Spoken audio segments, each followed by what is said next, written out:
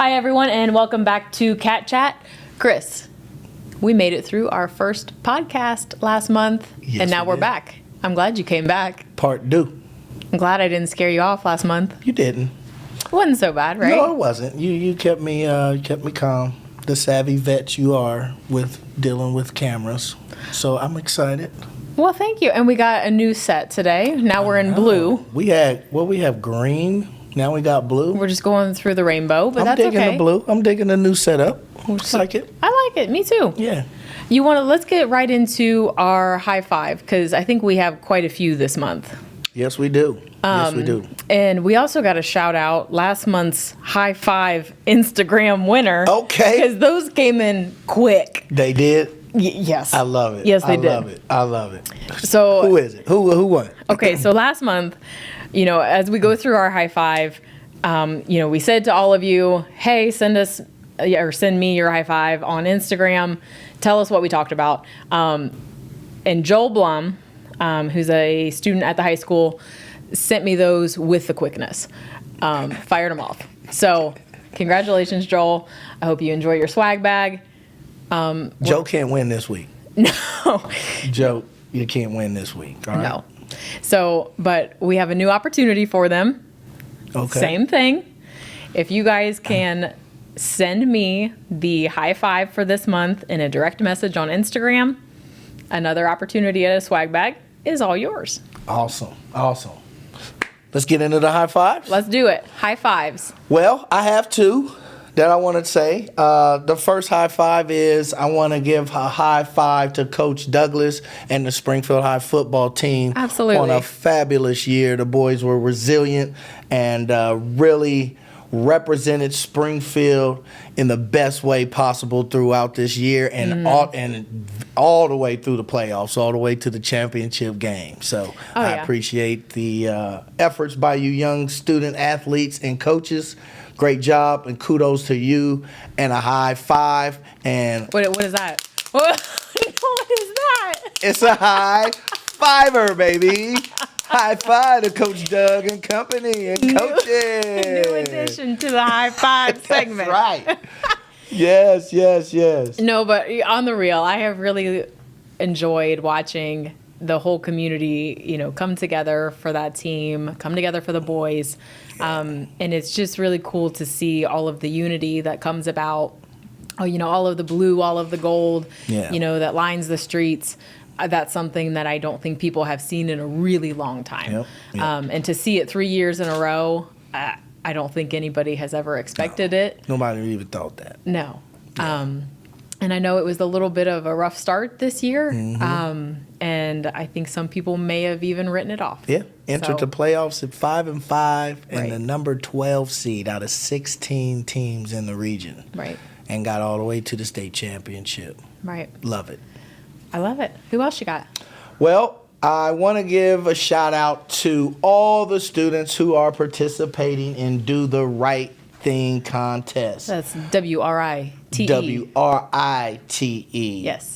Takes a lot of courage for you to share your story on paper for people to read and look at, and you're putting it out there. But I tell you what, the more you put your feelings on paper, young kids, the better you'll feel and the stronger you become as a person and as you grow. So, high five to you. High five for all of those. Who else is getting loose? We better hurry up and finish. We might need another one. Better hurry up. We're getting loose. What's your two? I know you got three. I do. I have three to finish out our five. So there are a few individuals at the high school level who have really kind of distinguished themselves, earned some accolades over the last couple months. So we have Miss Nikki Sage, the German teacher at the high school. She actually got a state level award for being Miss Sage, I saw that. For being the distinguished educator in art education, even though she's not an art teacher. She's just a very creative person. Yes. Tries to mix in art with what she's doing over there. So being recognized at the state level, an awesome accomplishment. So, we've got Nikki Sage at the high school. Miss Hannah Mills, she's a freshman at the School of Innovation. She received a community level award for being a youth leader, somebody who's really kind of risen to the leadership role in her school. So freshman. Yes. Yep. Okay. So she's really setting herself apart. And then same school, Miss Sarah Nagash, one of their English teachers at School of Innovation. She just got nominated for Teacher of the Month by the Ohio Lottery. Awesome. So awesome. Some people who are really making names for themselves in their schools. So I just wanted to recognize those people. High five. Somebody take this away from me. Oh, it might take itself out here in a minute. We're getting weak, but let's keep going. All right.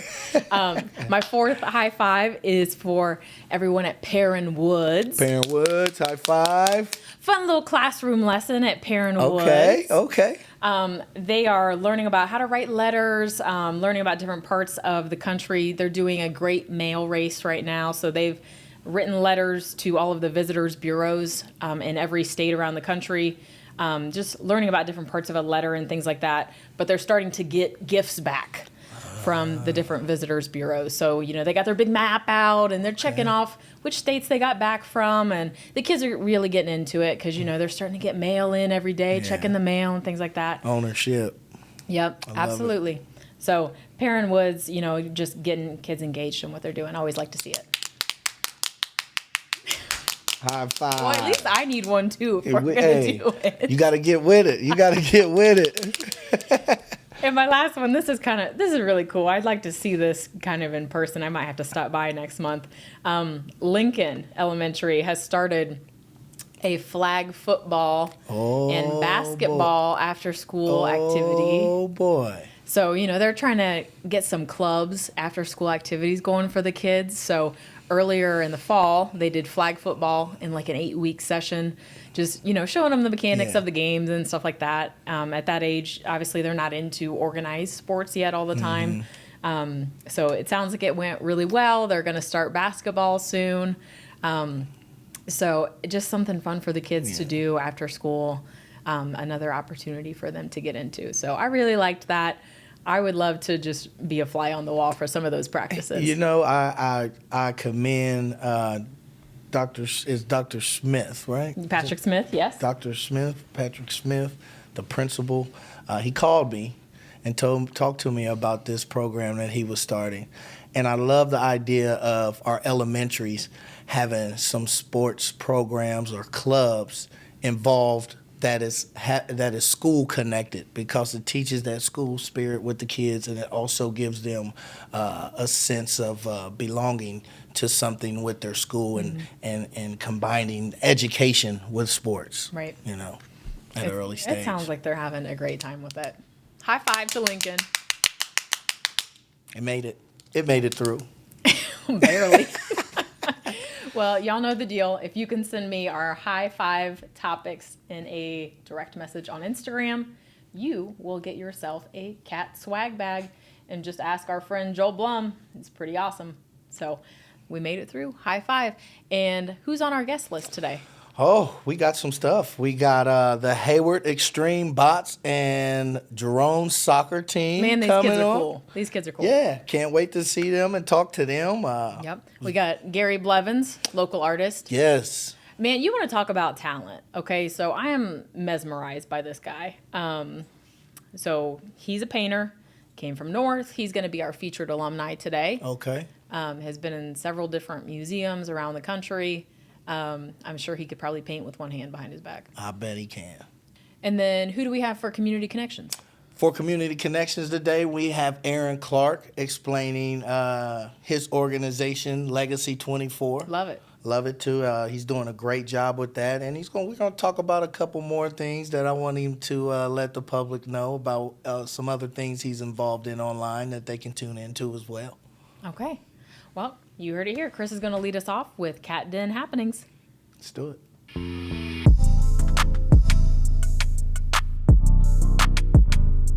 Welcome back to Cat Chat. On our last podcast, we gave a high five to Miss Edna Chapman at Hayward Middle School for the great things she is doing.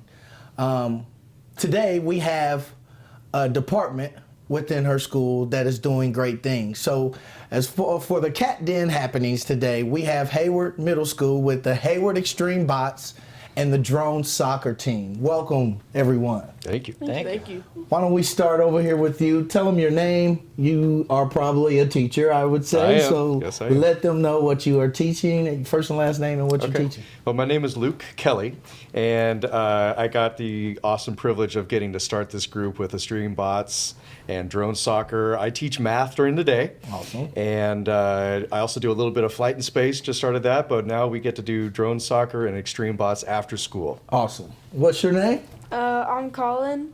I joined the drone soccer because I saw it looked like fun, and Cool. Colin. What's your last name, Colin? Bostic. Colin Bostic. Nice to meet you.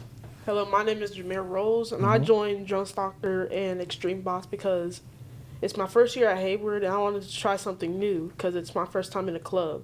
So I chose, like, hey, why not do drone soccer and robots? Because I really like tech stuff and stuff like that. So Okay. that's why I signed up. Okay. What's your name? I'm Mr. Zeller, and I teach the robotics class and computer-assisted design, so a design and modeling class, and then I also teach a class called Tech Fit, which is kind of an introduction to programming, a little bit of game design. And these guys are both 7th graders, so this is their first year in the club. I'm All 8th right. grade. Oh, that's right, you're an 8th Okay. grader. Get it right, Mr. Zaley. So Yeah, I'm in the that's 8th right. grade. I'm ready to go But to they high are school. our premier pilots for drone Okay. soccer right now. Okay, so Colin, what you kind of briefly told us. Let's start over and tell us what really got you interested when you said, "Hey, I want to be a part of this team." Well, I've always actually liked seeing drones flying, and I've always wondered were they able to control it so well.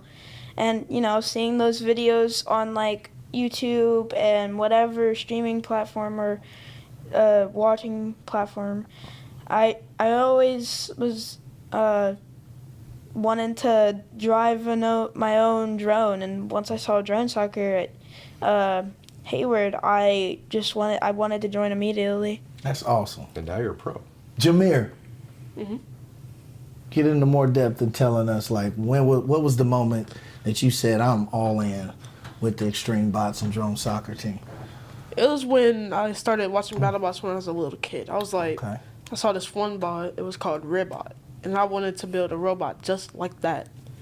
Okay. So that's like part of the reason why I wanted to join Extreme Bots and Drone Soccer, because like it's BattleBots, Okay. but it's the Hayward version and the other school's version of BattleBots. Right. So speaking in other schools, and anybody can catch up on here. So are you guys going out competing against other schools in the area? Is other area schools into this, or do we really have to get outside our area right now to go compete against another school? Yeah, I'll start on that one. As a matter of fact, this year we just got a couple more schools involved. Schaefer Middle School is interested. Roosevelt's showing interest. We even have Gisa has already started with their bots team and their drone soccer team. And as of this month, December 15th, we're going to have our first competition with our local schools. Okay. All right. And do you have anything to say on that, or would you like to? No, it's been great seeing the program start to grow. People are interested. We've done a couple little exhibitions. People are hearing about what's going on over at Hayward with our drone soccer and our extreme bots. And so that's kind of inspired the other two middle schools. Northwestern has a similar type of drones, but they aren't into any competitions yet. So They're in the early stages. They're in the early stages. And at our last exhibition, there was a parent from Northwestern that was all excited after seeing what our kids were doing and said, "I'm going back to our school and see if we can really get this rolling at our school." So She seeing said how they're it's gonna spreading. make it happen. Yep. They're going to make it She's happen. going to go do it. And they are. They are. I know that they are trying to make it happen as we speak. I know you guys, we talked about drone soccer. We're talking about drone soccer like we know exactly what it is. Let's talk to our community and somebody explain exactly what drone soccer is. Sure, yeah. So it's actually from Korea, of all places. Okay. It originated in Korea, and it's a little bit like what it sounds like. It's a soccer game with these ball-shaped drones that are flying around. There's 10 of them in an arena, and only one on each team is called the striker. And so the strikers are going through these big hoops that are hung in midair. In midair, in what? Inside Off a the ceiling, large off the- arena. There's a huge arena. It's about 10 by 20. Okay, With so nets. it's like a netted cage Exactly, arena. Okay, exactly. So not a stadium. No, like yeah. Harry Potter. We should say It's like Quidditch. It's funny you should say it's that. Confined. Yeah. It's Yeah. confined. Okay. Exactly. Okay. Yeah. It's a little like Quidditch though, in that they're flying around and they're bumping into each other. You've got the bludgers, I think they call them in Harry Potter. You've got the striker is like the snitch. You got to fly it through.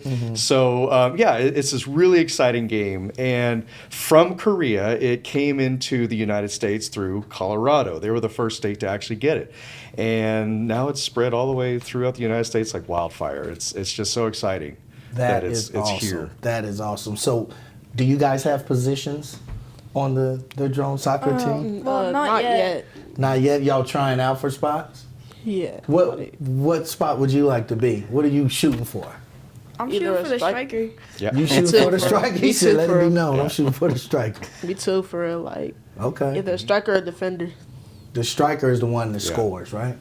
Everybody likes to have touchdowns. and The score, other huh? 4 defenders are trying to block the other team's striker from scoring. So Those are the important. running some interference. You Yep. gotta have Just some as defense, important. Yep. offense and defense. Yep. I like it. I like it, Mr. Zeller.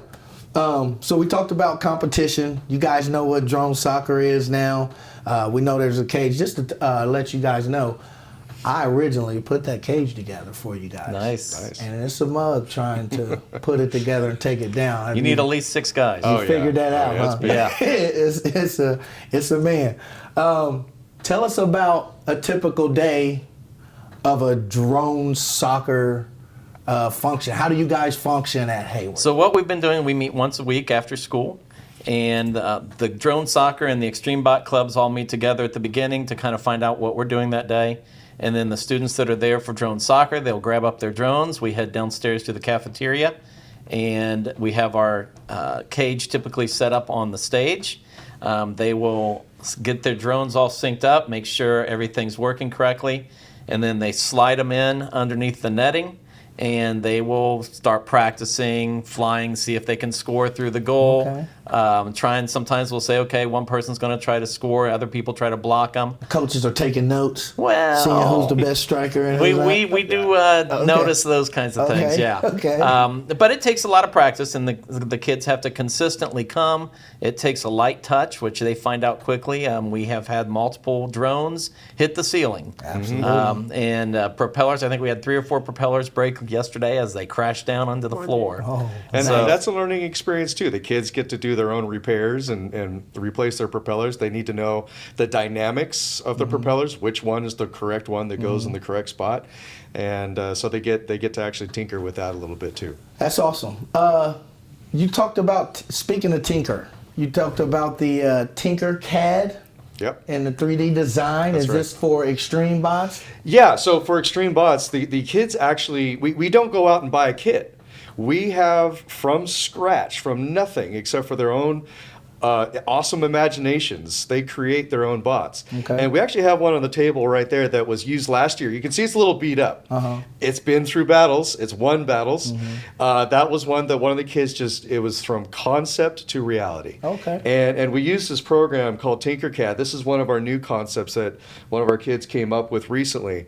And he's got this spinning body, kind of a bot. And everything that they design, we 3D print. We bought ourselves a 3D printer.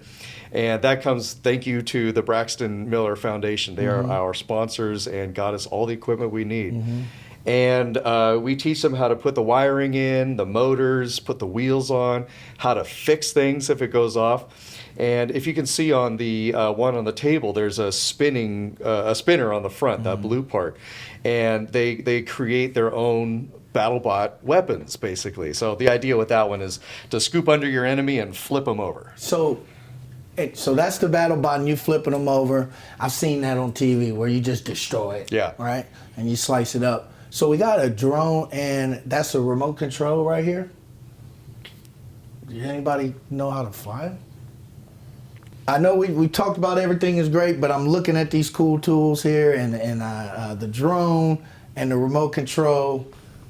Colin, what do you say? Let's put one together and let's float one in the air here and let's end this segment. What do you say? Sure. All right, put it together. What, you got the battery right there?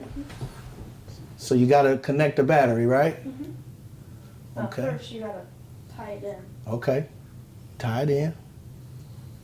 Sometimes You need some help? Sure. Okay. Colin said he's got it, folks. We're about to fly a drone. The first drone ever flown on Cat Chat. Here we go. Hope we don't tear stuff up. If we do, this will be the We've got the last development Cat of We got Chat. insurance. flying cars going on right Yeah. down the road. So Oh, yeah. hopefully that'll inspire these guys. Maybe That's they'll right. be working down there someday. Right. Awesome field trip to go there. Uh-oh. We got action. Sings us a little song. So how do we do this here? Let's see how good Colin is. Hey, now Colin, you're doing this in front of your coaches. And you have aspirations to be a striker. So you better do it right. So He's good. there's lights here, and if the colored one, it'll change from like yellow to red to orange to green, and that basically tells you how much your battery has. And the white part is the front, so you know where it's facing. Okay, let's fly it. And this is the controller. Okay. It's big. That's It's a video game. Call and make sure to flip the thing up. and go. this helps with connection. Okay, Jameer. Okay. See how teamwork makes the dream go. work. And both of these triggers have to be down, and then Alright. I just flip it up, and it'll turn on. All right. She's Can you alive. lift it off? I should be able to. Let's see what we got here. It turns off. It's okay. Let's see how it goes. Oh, look at that, folks. Woo. It turned off. There it is. Yes. Hey. You gotta have fly. it, though. We saw it. Good Midair. Midair, We Colin. got the shot. It's all right. Have a seat, Colin. Thank you, man. Here, We got the shot. It's gonna cry. It's going to cry because it's out. There you go. We got the shot. I want to thank you guys, Mr. Kelly, Thank you. Colin, Jameer, Mr. Zeller. Thanks for being on Cat Chat, and continue to do great things at Hayward. I love your school. I love everything you guys are doing. Continue to feed into our youth and our community, and that'll help everything be much better. Thank you. We appreciate you Thank you so much. spotlighting the great things the kids are doing over there. Yes. Well, we'll be back with our next segment. Welcome back to Cat Chat. On our featured alumni segment today, we have local artist and painter Gary Blevins from North High School class of 1970. Give me a go Panthers, Gary. Go Panthers! Absolutely. I'm so happy to have you Yes. back with us today. It's good to be back. Thank you for coming. Oh, you're welcome. We have a lot to talk about with you today because you just Been doing a lot of things. You are doing a lot of things. Some big news downtown. Right. 145 West High Street, right here in Springfield. I bought the old International Harvester Credit Union bank building. Still has the vault. Does it really? Yes, but we did have to do a lot of demo. We tore up the floors, the walls, all the lighting had to be changed to make it a gallery. And it's finally where we need to be. Because I'm moving to Springfield, I'm not keeping regular hours at this time, but I am trying to keep it open 3 days a week, Thursday, Friday, Saturday from 10 to 2, and taking appointments and that kind of thing. Gotcha. Some people like to come just in small groups. They hear all the stories and let me give them tours and those kinds of things. Gotcha. So for those that, are not familiar, Gary's work has been featured in some really acclaimed museums around the country. I mean, Gary, not to inflate you, but you are a really accomplished artist. Share with everyone some of your accomplishments and, where your works have been featured. And, some of the works that are around us right now. For those who are watching on YouTube, you can see those. But, share a little bit about yourself. Well, I been very, very fortunate to make some connections with different museums across the country just because I enjoyed the artists that actually had their own museum, and I would do portraits of those artists, and I would send pictures to the museums, and then they would invite me to come out and then start showing my work. Started out with Norman Rockwell, and this is actually the first portrait that I did of Norman Rockwell. And since I've done that portrait, we talked to the museum about doing a series of portraits of Rockwell with him with his photographer, him with his models, him sketching, and those kinds of things. So I did a series of 8 paintings that we had at the museum, and I've done 3 more since then that they haven't seen yet.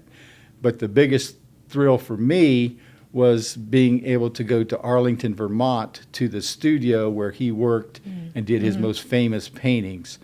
And I had the privilege of being able to paint there, and it was really a fun thing because I sat down in Norman Rockwell's chair at his easel and put a blank canvas in front of me and thought to myself, what are you going to paint? We're dealing with Norman Rockwell here. But I looked out the window and I saw the back of his house and another studio that he had built for his kids and a pathway out to the studio, and I painted that, and then I actually painted Norman Rockwell walking out to his studio with a pipe in his hand at dusk, and that they hung the painting above the fireplace in his house for a while, and now it actually sits in Norman Rockwell's studio in Arlington, Vermont. So that was quite a thrill. But there's been other things. The Brandywine Museum in Chadsford, Pennsylvania, where the N.C. Wyeth, Andrew Wyeth, and Jamie Wyeth are featured. I did a portrait of the 3 of them. It's about a 4-foot by 5-foot painting, and I painted the exterior of their studios and the interior of their studios, and anyway, had it displayed there. Another great artist that I've admired my whole life is Terry Redlin, and he has a museum in Watertown, South Dakota. And he passed away in 2016, so I did a tribute painting with his portrait, and I reproduced one of his paintings behind his head, and then did a picture of the exterior of his art center. And that actually was hung in his art center, his museum, for 8 months, and I'm the only artist that they've ever let hang in there other than Terry Redlin, so that was a great honor.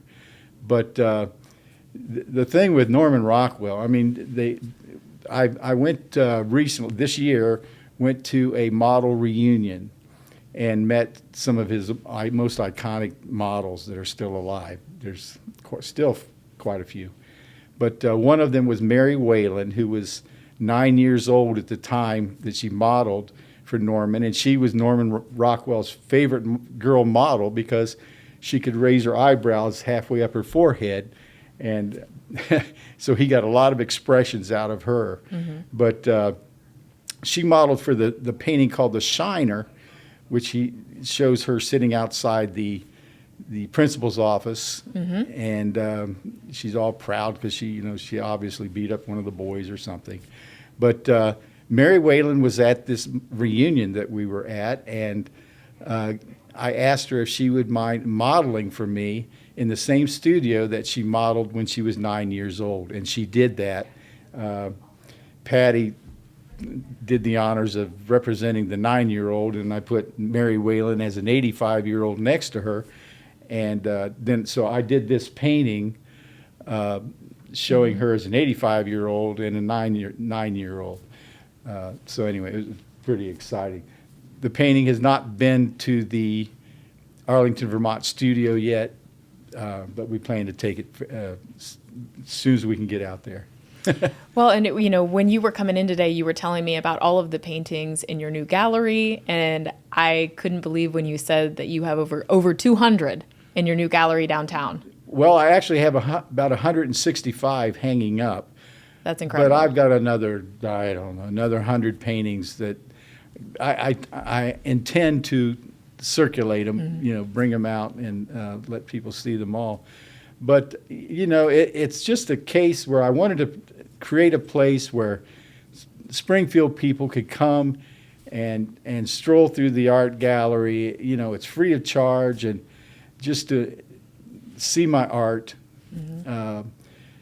So it's always been a goal of mine to have something like that. I take off, like Norman Rockwell has his place, and Terry Redlin has his place, and these other folks had their own galleries. So I thought the only way that I'm going to get these things out there for people to see is if I do it for the public and do it for Springfield.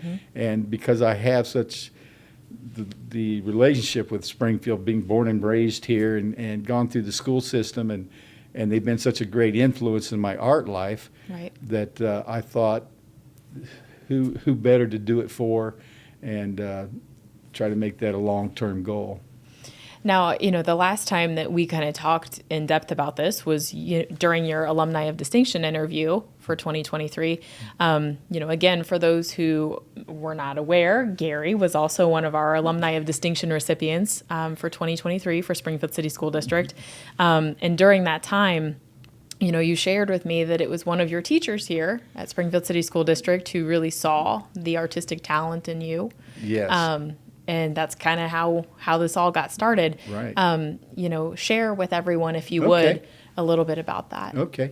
Well, it started out, I lived on Castley Street over by Wittenberg, and I went to McGuffey Grade School, and I had the same teacher for 3rd grade, 5th grade, and 6th grade. Her name was Miss Lane. And Miss Lane kind of detected that I had a little interest in art and kind of pushed me in that direction. And then I went to Roosevelt, and I had Rudy Capps as a teacher, and he kind of saw something there too. And but when I went to high school, Springfield North, I ran into a teacher, Claudia Dingus, and she currently lives in Columbus. But she really, I think, saw something and started asking me to do banners for the ball games and covers for the programs and those kinds of things. But she really developed my interest a lot and challenged me a lot, and so that was a big deal in my life to to have that incentive and that push to do it. I just think that piece has stuck with me a lot because, I think a lot of our teachers sometimes, you see so many kids, right? And you were so caught up in the day-to-day, and sometimes I think, they feel like, I'm not making a difference, and sometimes it's the smallest things that can make an impact. Exactly. And I think you're a great example of that. Well, it's been neat too because I have a book that's been written with lots of my paintings and so forth, but I mentioned her in the book. So I sent a copy of the book to her, and she was very appreciative, and that I had thought about her and added her into that book. So I tried to let her know that she did make an impact. Absolutely.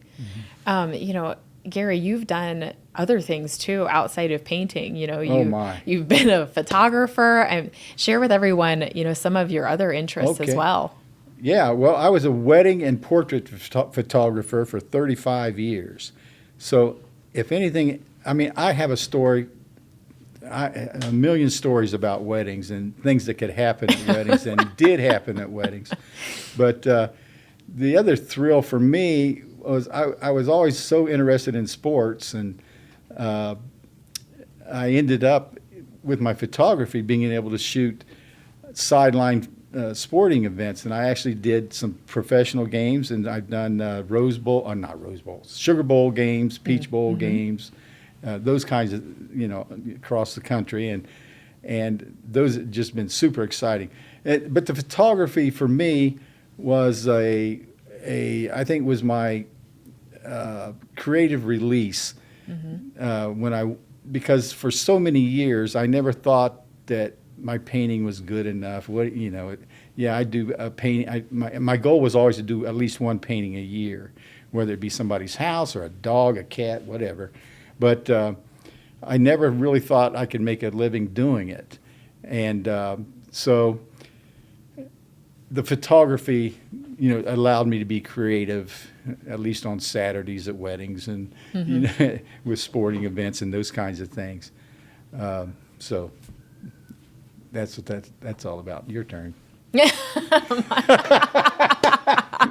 Well, because you were, a big sports guy in high school too, right? You liked sports at North. Yeah. You were really into sports. Well, yes. Springfield North, I was a springboard diver. They don't do that anymore. But back in the day, diving was an event. And my goal was to make the Olympic diving team and make Ohio State diving team. That was my goal. So my senior year, I started receiving letters, which was cool. But then I played football. I said, well, this is my last year. I'm going to play football my last year. Well, I ended up playing football for Springfield North, and I was so fortunate because I got to ride the bench during the North-South football game in which North beat South for the first time. So I was proud that even though I got to sit on the bench and watch it from the sidelines. Panther pride. That's right. But so after high school, I went to the School of the Dayton Art Institute, and I went there for 2 years, and that really exploded as far as my ability, because every morning from 8 o'clock to 12 o'clock for 2 years, we had to draw. And they brought in models, pregnant women, big guys, and little people, everything. And but when you do that every day for that period of time, you feel like you can draw anything from that point. So I really learned a lot there. And then when I went to Ohio State, back to diving, I got cut after about 6 weeks. So anyway, they had the top 2% in the country at that time. Ron O'Brien, the Olympic diving coach, was the coach, and Mike Finneran, who scored straight 10s in the Olympics, was on the diving team. I'm making excuses here. And Greg Louganis worked out with us, but he was just a young kid, but he still worked out. And I'm proud of that. But anyway, so I didn't make the diving team, but I ended up playing rugby for Ohio State, so quite a difference there, but I did that. But it's clear, you have had so many different passions, throughout your life. A very storied career. Yeah.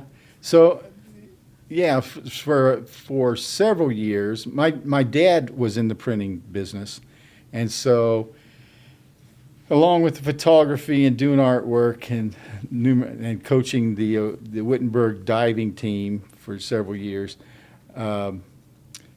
I got into printing, and that, of course, is how in 2002 my whole art career took off.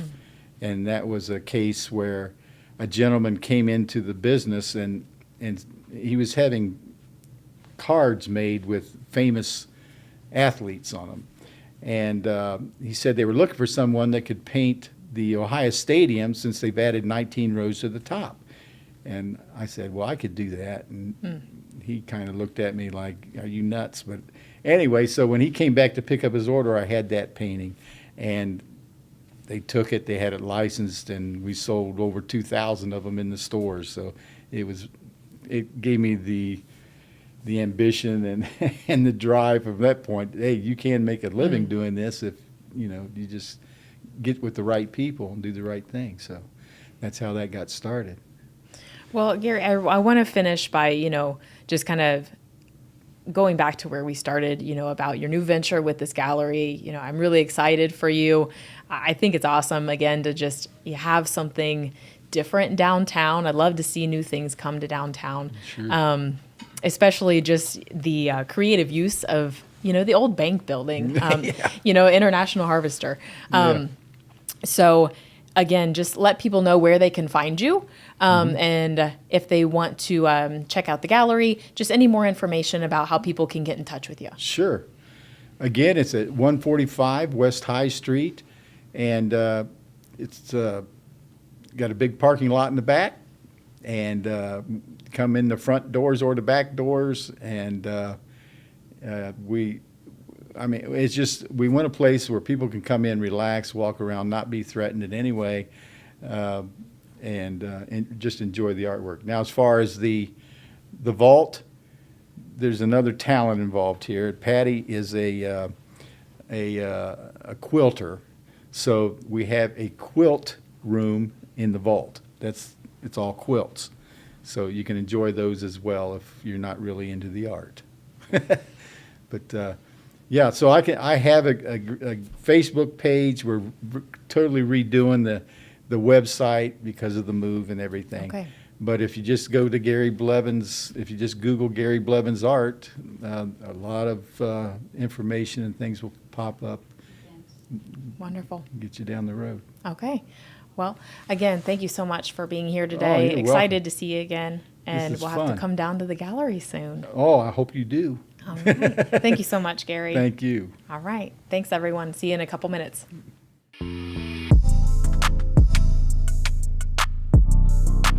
Welcome back to Cat Chat, and in this segment we talk about our community connection.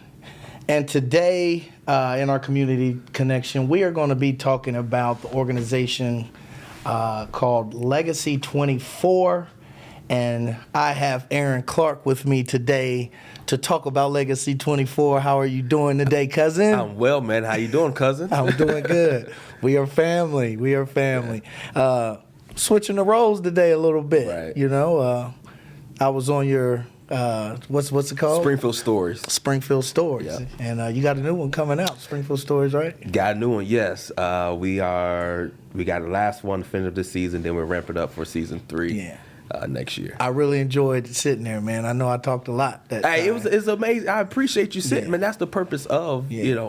that time is to get with have conversation with just people in our community. Absolutely. And how do you get to know each other if you don't sit and converse and dialogue and learn each other's stories? So let's switch the dialogue So today, let's switch. and let's talk about Legacy 24. It is different because I'm always in your seat. Yeah. It's very rare that I'm in this seat. You in the seat. So tell us about it, man. Tell us about your organization, how it started, what's going on with it. So Legacy 24 is an initiative that's come from our community development department within the city of Springfield.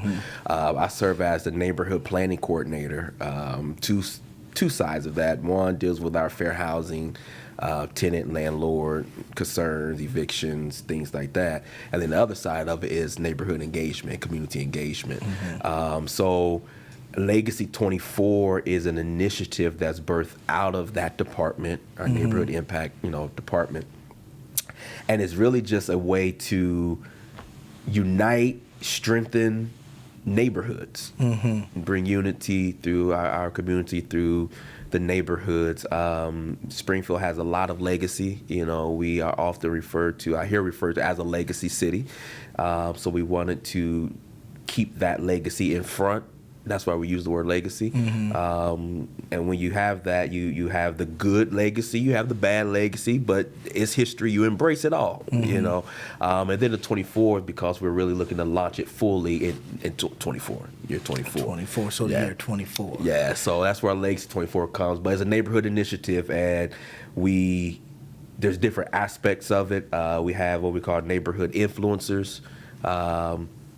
These are individuals that wants to make an impact within their neighborhoods they live in. So they work alongside our department in helping with investments and resources and things that can go into the neighborhoods. A voice to help us spread the word out in the community. We have impact initiatives, great partnership even with the school district and our legacy clubs. We're in 6 schools working with students and developing community neighborhood projects. I seen you in high school. At a high school, kids. yeah. So we could talk more about that. And then we have other initiatives, beautification, cleanups, and just engagement things that we're preparing to plan, just to unite our neighborhoods, man. This is not something to replace neighborhood associations. We're not trying to exclude anybody, but we just as a city taking that charge in putting the effort into bringing our neighborhoods and thriving neighborhoods where people have a sense of pride to say, man, I love living here. I like that. I'm hearing you're talking community. Yes. And strategically planning how to unify the Right. community. We just talked about being at the high school. I saw you at the high school. Yep. I think that's a very interesting way to start that process because when you get those kids by themselves, Yep. they get to go back into their households and continue Yeah. the legacy that you're trying to That's right. set forth. That's right. And it gives them an opportunity. The thing about legacy is, creating a legacy. So just think as a high school student, if you have the opportunity to have hands-on in building a project for a community, that years down the line when you even graduate, that's still something you could sit back and say, I helped create that.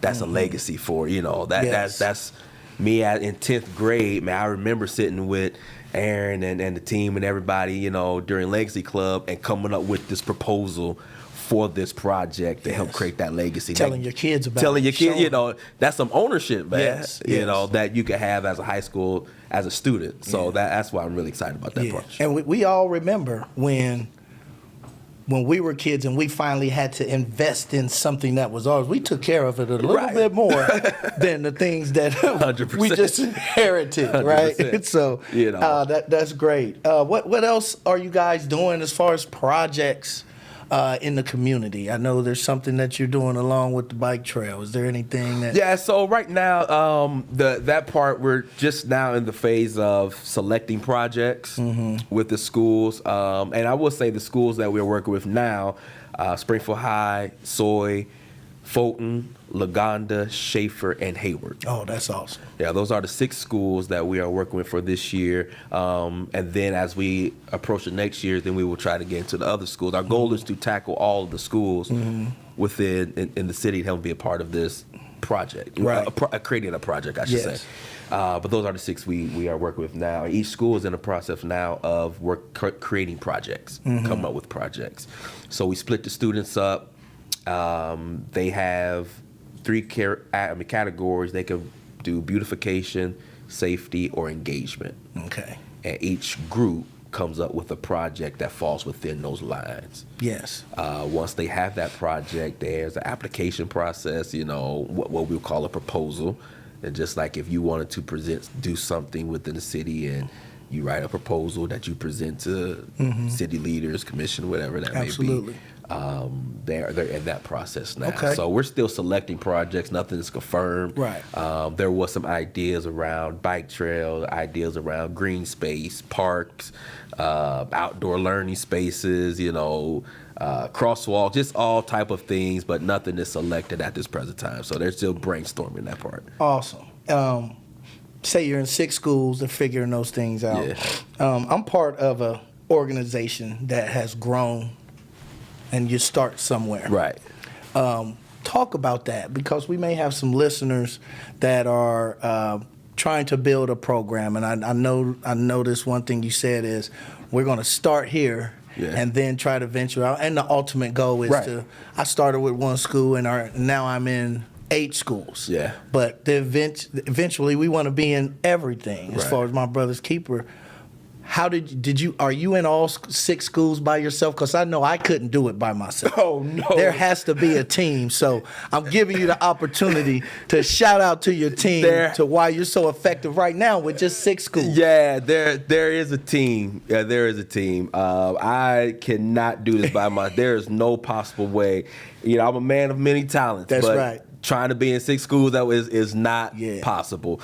We have a great team within our neighborhood impact division. Myself, Ross Cunningham, Jackie Downey, who serve in our neighborhood impact division. We're a great team to help bring this initiative to pass. Yes. Jackie and I is working with the students and the different parts of Legacy and helping that come. And then Ross also, he's our federal program coordinator. So when it comes to the funding and things, then Ross has the expertise on that side of it to bring in. So all 3 of us are a great team, man, to help do this. But to your point, though, in starting somewhere and growing, that's valid.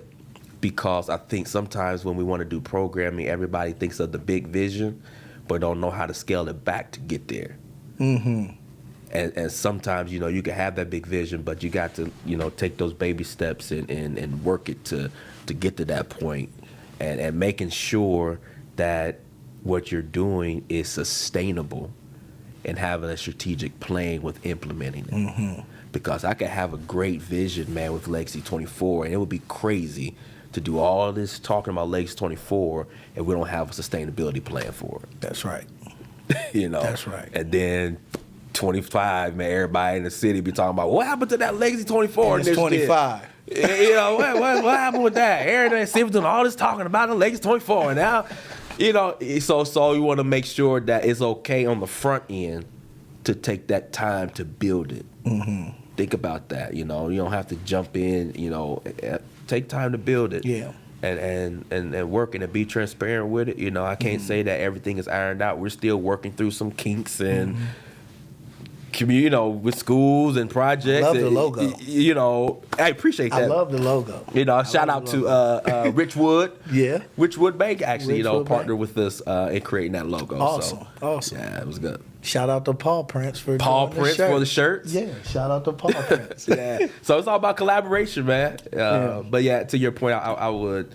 That's a good point. Don't be afraid to start and plan it out, and then build from there.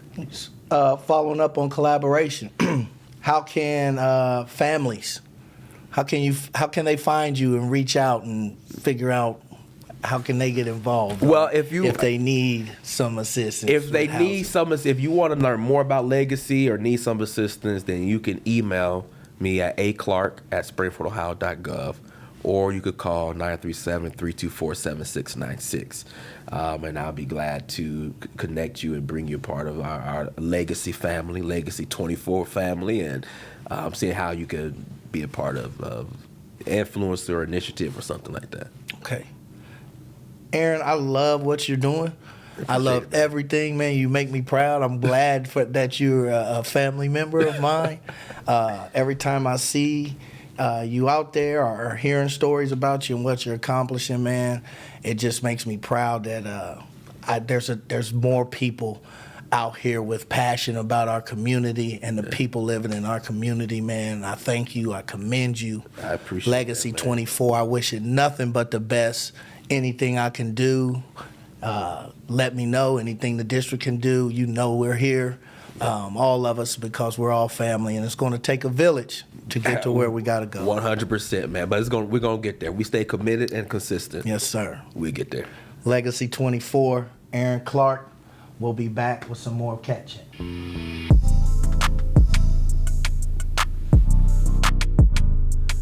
Well, folks, we are here for our final segment. It's been an amazing show. What do you think, Jenna? I loved it. I love watching the kids fly the drones. Oh, yeah. I wish it would have lasted a little more, but it died on us. But he did you know a great what? That's job. still more than I could do. Yeah. I was sitting here I'd looking still be at it. sitting here trying to turn it on. Yeah. I really want to thank the kids from Hayward and Mr. Zeller and Mr. Kelly for bringing those kids in, Jameer and Colin. They light up as soon as you ask them a question about Did you see him as soon as you were like, "Do you want to fly it, Colin?" Let's do it. Let's do it. Let's get the battery out and let's go. Yes, So he was so shout out to excited. Hayward, man. Really enjoyed it. And Yes. We also got to thank Gary Blevins for coming in and bringing all of his beautiful artwork in here. That was incredible. I want that tiger. I was hoping he would leave it here for us. Wow. I was hoping he would just say, you keep it, Cat Yeah, Chat. we'd have put it right here. We put it would've on left one of it. our walls, yeah. Oh, but really, thank you, Gary. We'll have to stop down to his gallery sometime. Bring us the Cat Chat picture back so we can Yeah, put it. paint us a Cat Chat picture. Paint us a Cat Chat picture. I love it. We also got to say thank you to Aaron Clark Yes, from our the city of community Springfield. Connection. Yes, City of Springfield, Legacy 24. My cousin. I'm so proud of you, like I told you in the show. But Yeah, I can't wait to have some of those students on here to talk about some of their projects that they're doing through Legacy Absolutely. 24 when it's all said and done. absolutely. They really have some good ideas in the pot cooking. What's coming up? Anything coming up? Christmas break? Oh, Christmas break, all the holidays. It's coming. No work. No work. Just sitting at home doing nothing. No work. Can I dance? It's all coming up so quick. So, but we'll still be back. Still got Cat Chat coming every month. Every month. And make sure that if you have any questions, if you have any segment ideas, you can always still send us an email, podcast@SCSD. Now, last time I asked, I thought it was coming up here, was down there. There it goes. That's where There it we is. go. Podcast. Look at that. At scsdoh.org is our email. You can always send us a message there. And don't forget, Chris, that cat swag bag for this month is still up for grabs. All you have to do is send us those high five topics in an Instagram direct message, and it could be all yours. It's all yours. Thanks for coming out to Cat Chat. We will see you next month. Thanks, everybody. Have a great holiday. I don't think we'll brand that one. Why not? Oh, that's a cat. Wow. Bye, everyone. Bye.